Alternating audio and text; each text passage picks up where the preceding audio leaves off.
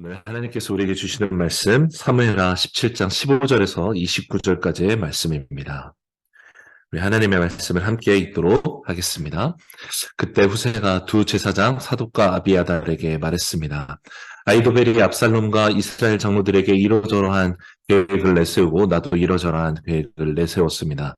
그러니 당장 다윗에게 소식을 보내 오늘 밤 광야 나루터에 계시지 말고 한시바비 강을 건너십시오. 그러지 않으면 왕과 그와 함께한 모든 사람이 죽을 것입니다. 라고 말하십시오. 요나단과 아히마아스는 들킬까봐 성으로 들어가지 않고 에네로겔에 머물러 있었습니다. 그래서 한 여종이 그들에게 가서 소식을 전해주면 그들이 다윗과 함께 가서 알리곤 했습니다. 그러나 한 젊은이가 그들을 보고 압살롬에게 일러 바쳤습니다. 그러자 그 두 사람은 재빨리 그곳을 떠나 바후름에 있는 어떤 사람의 집으로 갔습니다. 그 집 마당에 우물이 하나 있어서 그들은 그 속에 내려가 있었습니다. 그러자 그의 아내가 우물 뚜껑을 가져다가 우물을 막고 그 위에 곡식을 널어 놓아서 아무도 알지 못하게 했습니다. 압살롬의 사람들이 그 집 여자에게 와서 물었습니다. 아히마아스와 요나단은 어디 있느냐? 그 여자가 그들에게 대답했습니다. 그들은 시내를 건너갔습니다. 그 사람들은 사방으로 찾아보았으나 결국 찾지 못하고 예루살렘으로 돌아갔습니다. 그 사람들이 가고 난 뒤 그 두 사람은 우물에서 기어나와 다윗 함께 달려가 그 말을 전했습니다. 일어나 빨리 강을 건너십시오. 아이도벨이 이러이러한 계획을 냈답니다. 그리하여 다윗과 그와 함께 있던 모든 사람들은 일어나 요단강을 건넜습니다. 동틀 무렵까지 요단강을 건너지 못한 사람은 아무도 없었습니다. 아이도벨은 자신의 계획이 측대되지 못한 것을 보고는 나귀의 안장을 얹고 일어나 고향에 자기 집으로 돌아갔습니다. 그리고 그는 집을 정리한 뒤 목매달아 죽어 그 아버지의 무덤에 묻혔습니다. 다윗은 마흔한 힘으로 건너갔고 압살롬은 모든 이스라엘 군사들을 데리고 요단강을 건넜습니다. 압살롬은 요압을 대신해 아마사를 군대 장관으로 세웠습니다. 아마사는 이스라엘 사람 이드라라는 사람의 아들입니다. 이드라는 나하스의 딸 아비갈과 결혼해 아마사를 낳았는데 아비갈은 요압의 어머니인 수르야의 여동생입니다. 이스라엘 사람들과 압살롬은 길르앗 땅에 진을 쳤습니다.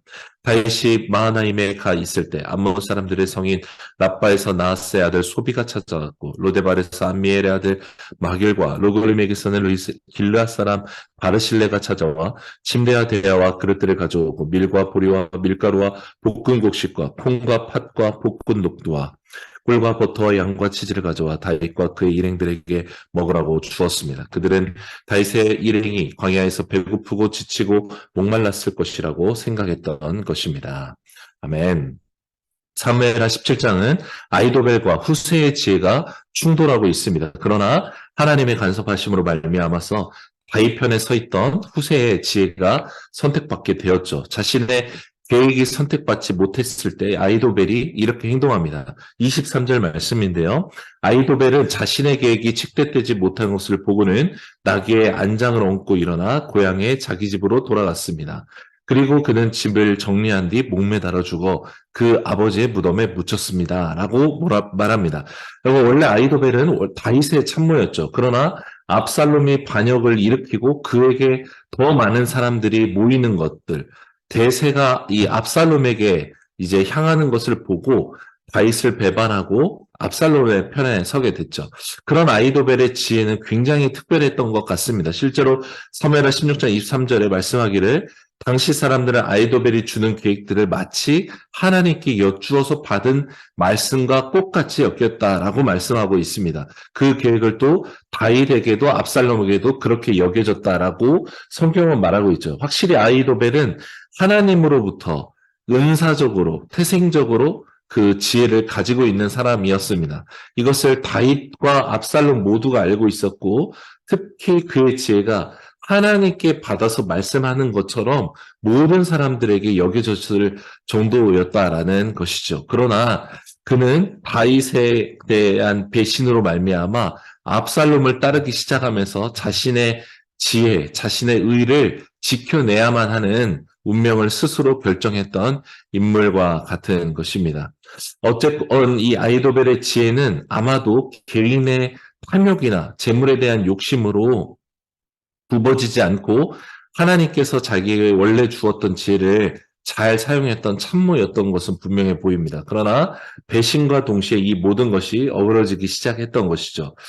어제 본문에 하나님의 간섭하심으로 아이도벨의 지혜는 어리석은 것이 되어버렸다라고 성경은 말씀합니다. 여러분, 아이도벨은 지혜자였기 때문에 자신의 배반을 합리화하기 위해서라도 이 반란은 반드시 성공해야만 했습니다. 그래서 그가 내놓은 그 지혜의 계략은 굉장히 정확했고 유일한 방법이었을 것입니다. 다윗의 이 탁월한 경험, 전쟁에 대한 경험들은 빠른 기습 공격이 아니면 결코 이길 수 없다라는 것을 이 아이도벨은 생각했던 것이죠. 그러나 압살롬이 후세의 계략을 선택함으로 만 것을 보고 나서는 곧장 집으로 가서 정리하고 스스로 목숨을 끊게 됩니다. 기다려서 자신의 생각이 이루어지는 것을 보고서 목숨을 끊는 것이 아니라 일어날 일이 어떻게 일어나게 될 거라는 것을 알 정도로 지혜가 있었던 사람이라는 것이었다라는 것입니다. 여러분, 우리는 아이도벨을 통해서 깨닫게 되는 것이 있습니다. 고린도서 1장 25절에 하나님의 어리석음이 사람보다 지혜롭고 하나님의 약하심이 사람보다 강하기 때문이다라고 말씀하는데요. 아이도벨은 자신의 지혜가 채택받지 못했을 때 죽음으로써 자기의 옳음을 드러내기를 원했습니다. 그러나 그 방법은 유일하게 할 수 있는 방법은 죽음뿐이었다라는 것입니다. 아이도벨은 그나마 정직한 지혜자이긴 했습니다. 자기가 선택한 결과대로 반역을 이루지 못할 바에는 어차피 반역의 죄를 치러야 할 것인데 그럴 바에는 자기가 죽고 말겠다라고 해서 죽음을 택한 것이기 때문입니다. 그러나 아이도벨이 가장 생각하지 못했던 것, 계산하지 못했던 변수가 있었는데 그것은 바로 하나님께서 다윗과 맺으신 언약을 취소하지 않으셨다라는 것입니다. 다윗의 형편이 최악으로 치닫고 도망가고 있고 요단강을 건널 정도로 열악한 상황이었지만 하나님이 여전히 다윗을 버리지 않았다는 것. 이것이 아이도벨이 간과했던 지혜였습니다. 아이도벨의 지혜에서 다윗의 형편은 계산됐지만 이 하나님을 계산하지 않으므로 그는 죽음을 맞이해야 했던 것입니다. 여러분, 이 지점이 바로 사람의 지혜가 결코 하나님의 어리석음보다 높을 수 없는 이유입니다. 아이도벨은 지혜로웠으나 하나님의 마음을 알지 못했습니다. 그의 말에 모든 사람들은 경청하고 뜻을 따랐지만 정작 아이도벨은 하나님을 따르지 않았던 것이죠. 자신의 배신을 정당성을 입증하기 위해서라도 끝까지 자기 의를 드러내야만 했던 것입니다. 사랑하는 여러분, 참된 지혜는 무엇입니까? 더 잘 살게 되고 더 좋은 곳에 들어가게 되는 것 수준의 그런 지식과 지혜를 얻어내는 것이 지혜가 아닐 것입니다. 참 지혜는 여호와를 경외하는 것이다라고 성경은 말씀합니다. 주님을 경외함으로 삶에서 이 하나님의 모든 것들이 드러나게 되는 것, 이것이야말로 지혜라는 것이죠. 다니엘과 세 친구는 얻었던 그 지혜의 근원이 무엇인지 다니엘서에서 분명하게 밝히고 있습니다. 포로로 잡혀왔지만 왕이 내린 음식을 먹지 않는 신앙을 지키는 경외함으로 말미암아 하나님께서 그들에게 다른 사람보다 10배나 더 많은 지혜를 부어주셨다라고 분명하게 말씀합니다. 여러분, 지혜를 얻은 후에도 이 다니엘과 세 친구의 이 믿음과 경외함은 부패하지 않았죠. 목숨을 걸고서 그리하시지 않으야 할지라도 하나님을 우리는 배신하지 않겠다라고 말씀했었는데 이 마음을, 이 하나님의 향한 순결한 믿음을 하나님께서 기뻐하시고 지혜를 부어주셨다라는 것을 우리가 기억하길 원합니다. 세상의 지혜를 구하기보다 하나님 알기를 더 구하는 우리가 되기를 원합니다. 요한복음 17장 3절에 영생은 곧 유일하신 하나님과 그가 보내신 자 예수 그리스도를 아는 것이다 라고 말씀입니다. 썩어져 버릴 이 들풀과도 같은 세상의 지혜를 구하는 인생이 아니라 영원히 살아가는 영생을 배워가는 하나님을 알고 예수 그리스도를 알아가는 우리 모두가 되기를 간절히 소망합니다. 이제 22절 이하를 보면 다윗과 압살롬의 무리가 요단강 건너편으로 건너가게 되죠. 흥미로운 점은 성경이 이 두 무리를 이렇게 표현하고 있다는 것인데요. 26절, 27절 말씀을 다시 한번 읽도록 하겠습니다. 이스라엘 사람들과 압살롬은 길르앗 땅에 진을 쳤습니다. 다윗이 마이나임에 가 있을 때 암몬 사람들의 성인 라빠에서 나하스의 아들 소비가 찾아왔고 로데발에서 암미엘의 아들 마길과 로글림에서는 길르앗 사람 바르실레가 찾아와 이렇게 말씀합니다. 26절을 먼저 보면 이스라엘 사람들이 압살롬을 따랐다라고 말씀합니다. 압살롬은 더 이상 비주류의 소수의 반란군이 아니라 이스라엘 백성들 전체의 많은 사람들이 따를 정도로 주류가 되었다라는 것을 성경이 말하고 있죠. 마치 아이로벨처럼 이스라엘 사람들은 자신들의 눈에 보이는 대로 이제 하나님께서 다윗을 버리고 압살롬을 택하셨나 보다라고 생각하고 압살롬을 따랐던 모습으로 보여집니다. 이스라엘 백성들은 하나님의 약속을 따른 것이 아니라 눈에 보이는 대로 이제 초라해져 버린 다윗이 아니라 멋지고 머리칼이 풍성하여서 그 멋진 외모로 자신들을 이끌고 있는 압살롬을 보면서 눈에 보이는 것을 따랐던 것이죠. 그런데 성경은 이것을 굉장히 흥미롭게 말씀하고 있습니다. 이제 27절에서 29절까지는 다윗을 도왔던 3명의 이야기로 26절에 훨씬 더 많은 이스라엘 백성들이 따랐던 압살롬과의 기술을 대조시키고 있다라는 것이죠. 훨씬 더 길게 이야기하는데 27절에부터 3명의 이야기가 나오고 있습니다. 첫 번째 인물이었던 암몬 사람들의 랍바성의 소비왕이었다라고 말씀합니다. 여러분 사무엘하 10장을 보면 이 암몬 사람들의 랍바성 이야기가 나오죠. 다윗은 소비의 아버지였던 나하스가 죽자 자기에게 은혜 베풀었던 것을 기억해서 위로사절단을 보내죠. 그런데 이 소비의 형이었던 이 한운이 자기 나라를 오히려 연팜해서 정복하려고 왔다라고 생각해서 사절단의 수염을 반으로 잘라버리고 옷을 잘라서 수치스럽게 만들어서 내보냈죠. 그래서 결국 이 성은 한운이 죽임을 당하고 이 성은 다윗에게 정복당합니다. 그리고 아마도 다윗이 세운 이 랍바성의 왕이 소비 왕이었을 거예요. 동생이었는데 이 소비가 자기 가족을 죽였던 다윗왕을 대접한 것이 아니라 오히려 많은 음식들을 가지고 와서 다윗 일행을 먹였다라고 기술하고 있다는 것이죠. 두 번째 인물 마길은 누구였습니까? 사무엘하 9장 4절을 보면 사울의 전름받을 아들이었던 무비보셋을 아무도 돌보지 않고 아무도 신경 쓰지 않았을 때 자기 집에서 돌봤던 사람이 바로 마길이었습니다. 마길의 집에서 다윗 왕이 요나단과의 이 약속을 기억해서 사울 왕의 자녀들 중에 누군가를 남은 사람이 없느냐라고 찾았을 때 시바에게 이제 무비보셋을 넘겨서 섬기게 했던 것이죠. 이 마길과 시바 두 사람 모두 무비보셋을 섬겼던 이유와 목적이 너무나 달랐던 것이죠. 시바는 자신의 탐욕으로 이 다윗 왕을 섬기면서도 끝까지 탐욕으로 말미암아 화를 자초한 인물이었고, 마길은 이름도 빛도 없이 아무도 돌보지 않았던 저주받은 장애인이었던 무비보셋을 이 사랑으로 섬겼고, 이제 오늘 이 가장 위기에 처한 다윗을 또 섬겼던 인물인 것입니다. 세 번째 인물로 바르실레를 말하고 있습니다. 바르실레는 아마도 지역의 유지와 같은 부자였을 것으로 보여지는데, 그는 자기의 소유로 다윗을 먹였습니다. 사실 당시에 여러분 다윗을 돕는다라는 것은 대세가 압살롬에게 가 있는 것으로 보여졌기 때문에 목숨을 걸고 도와줘야만 하는 상황이었잖아요.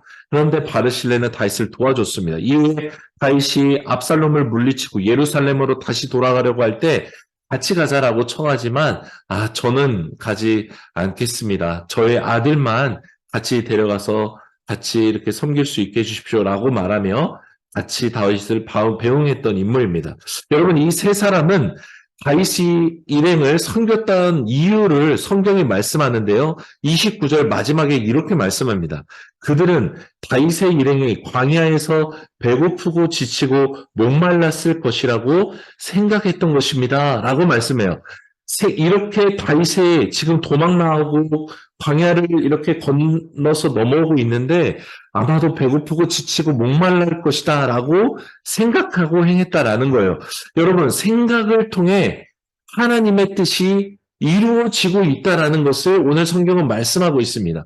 배고플 텐데 지금 엄청나게 목마르고 힘들 텐데 라는 생각을 했던 세 사람을 통해 하나님의 약속을 여전히 이루어가고 있는 다윗과 다윗의 일행을 살리는 일이 성취되었다라는 것이죠. 여러분, 우리는 이 말씀을 통해 하나님께서 우리의 생각을 통해 하나님의 뜻을 이루어 가실 수 있다라는 것을 알 수 있습니다.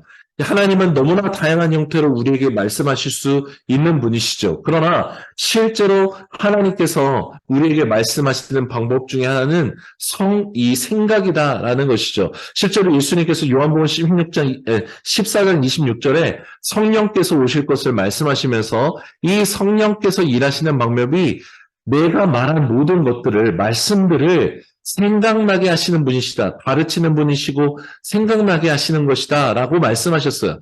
여러분, 모든 생각이 하나님의 말씀이라는 것은 아니지만 구원받은 자에게 생각은 하나님이 말씀하시는 통로가 된다라는 것을 기억해야 합니다.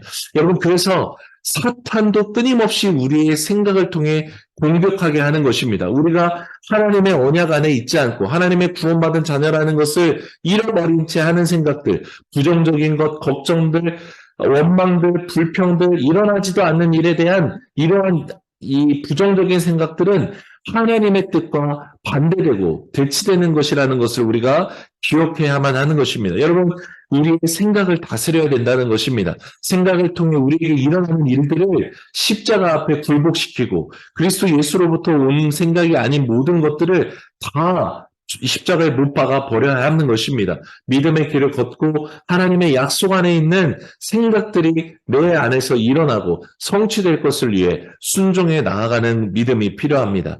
생각을 다스리는 우리가 모두가 되기를 원합니다. 여러분, 오늘 말씀대로 우리가 주님으로부터 온 생각에 순종하기 시작할 때 하나님의 뜻이 이루어지기 시작합니다. 그리고 더 놀라운 것은 우리가 무분별하게 들어오는 생각들에게 우리가 순종하기 시작할 때에 하나님의 뜻이 무엇인지 분별하기 시작한다라는 거예요.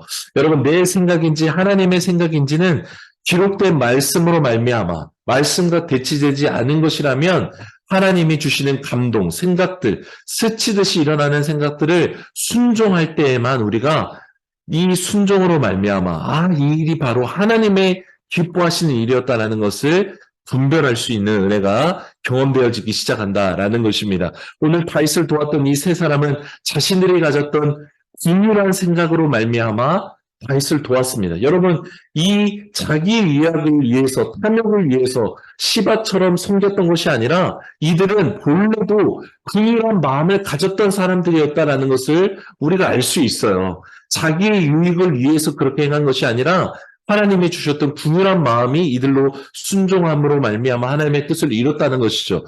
여러분, 바로 이 긍휼한 마음, 이 마음이 하나님의 마음인 헤세드의 사랑입니다. 예수님께서 이 땅에 오셨을 때 고통받고 어디에도 도움을 청할 곳이 없어서 예수님께 밤이고 낮이고 어디고 찾아왔던 병자들과 귀신 들린 자들과 장애인들과 이 피부병, 악성 피부병에 걸려서 이스라엘 마을에도 들어올 수 없던 버림받았던 사람들을 보시고 불쌍히 여기셨던 예수님의 마음과 맞닿아 있다는 것이죠. 여러분, 오늘 이 주님의 마음이 우리의 생각과 마음 가운데 회복되어지고 생각나게 됨으로 말미암아 순종하여 하나님의 뜻이 우리를 통해 이루어지는 놀라운 은혜가 있게 되기를 간절히 소망합니다. 사랑하는 여러분, 오늘 이스라엘 백성은 눈에 보이는 것으로 다윗을 버리고 압살롬을 따랐습니다. 그러나 소바와 마길과 바르실렛, 이 다윗에게 소식을 전하던 사람들을 우물에 숨겨뒀던 이름 모를 한 집안의 부부, 이 사람들은 하나님께서 주신 마음과 생각을 따라 긍휼함을 따라 하나님이 세운 언약의 왕인 다윗을 도와줬습니다. 여러분, 오늘 이스라엘 백성들은 자기들 보기에 더 이상 다윗은 자기에게 도움이 되지 못한다라고 생각하여 버리고 죽이려고 했습니다. 그런데 우리도 마치 이스라엘 백성처럼 하나님을 여전히 믿는다라고 말하면서 이스라엘 백성처럼 판단하고 행동하지 않는지 살피기를 원하는 것이죠. 여러분, 만약에 하나님께서 우리의 행동대로, 우리의 형편대로 이스라엘 백성처럼 바로 우리를 판단했다라고 생각해 보십시오. 너무나 끔찍할 것입니다. 한 명도 주님 앞에 남겨질 수 있는 사람은 없을 것입니다. 그러나 하나님은 우리가 망하고 배신하고 뒤를 돌아버리고 어려워진다라고 해서 우리를 버리지 않으신다라는 것입니다. 다윗의 그 숱한 범죄와 끊임없이 하나님을 따르지 않고 하나님께 경청하지 않고 순종하지 않음에도 불구하고 하나님께서는 다윗을 버리지 않으세요. 하나님의 약속을 하나님이 지키고 계시는 것입니다. 우리의 형편을 보고는 바로 판결해 버리지도 않는다는 겁니다. 변심하지 않으시고 약속을 깨지 않으시는 주님이십니다. 기다리시는 주님. 당신의 약속을 끝까지 성취하기를 원하시는 주님인 것입니다. 바로 우리가 찬양한 대로 신실하신 주님이 우리의 약속을 지키고 계시는 것입니다. 여러분, 이 신실하신 하나님의 약속을 가진 자가 바로 당신입니다. 우리들입니다. 우리 때문에 이 약속이 성취되는 것이 아니라 하나님 때문에 이 약속이 성취될 것을 믿습니다. 하나님의 신실하심이 연약한 나에게 여전히 이 약속이 유효하고 성취될 가능성이 무한하게 남아있다라는 것입니다. 여러분, 그래서 우리는 우리의 눈에 보이는 것들로, 외모의 변환들로, 이 시대에 변하는 것들로, 다른 사람들의 대세가 어디로 가는 것들로 인해 하나님의 약속을 버리고 떠나지 않게 되기를 원합니다. 눈에 보이는 것이 아니라 하나님의 약속을 따름으로 하나님을 따르는 우리 모두가 되기를 간절히 소망합니다. 우리의 눈에 보이는 것들, 사람의 외모들, 그의 가진 것들, 소유들로 인해 우리의 판단이 흐려지지 않고 하나님의 약속과 하나님의 마음으로 인해 우리의 판단과 생각이 함께 가기를 소망합니다. 겉으로 보여지는 것으로 하나님과 사람을 함부로 재단하는 일을 두려워해야 마땅한 것입니다. 각 사람을 향한 하나님의 약속을 그 누구도 알 수 없기 때문에 그런 것입니다. 대세를 따르다 하나님을 버릴 수 있습니다. 또 사람들 생각에 옳은 것을 따르다 하나님은 틀렸다라고 말할 수 있다는 것을 기억하게 되기를 원합니다. 오늘 말씀 앞에서 눈앞에 보이는 것으로 살아가는 인생이 아니라 하나님의 약속을 믿고 살아가는 인생이 되기를 간절히 소망합니다. 특히 눈앞의 현실이 절망적이고 어려울 때 그 자체에 매몰돼서 다른 길을 가지 않고 우리와 약속을 끝까지 지키시고 그 약속을 반드시 성취하시는 하나님을 믿는 믿음으로 살아가는 저와 여러분이 되기를 간절히 소망합니다. 오늘 이 말씀을 따라 우리 함께 기도하기를 원합니다. 눈에 보이는 대로 살지 않게 하시고 하나님의 약속을 바라보며 살게 하여 주시옵소서. 정결한 마음에 말씀하시는 하나님의 말씀에 반응하고 순종하여서 하나님의 뜻이 이루어지고 성취되는 우리의 인생이 되기를 원합니다. 주님 말씀하시고 생각나게 하실 때 바로 반응하고 순종할 수 있는 하나님 이 예민하고 민감한 마음과 순종하는 행함을 허락하여 주시옵소서. 우리 이 마음을 하나님께 고백하며 함께 기도하도록 하겠습니다.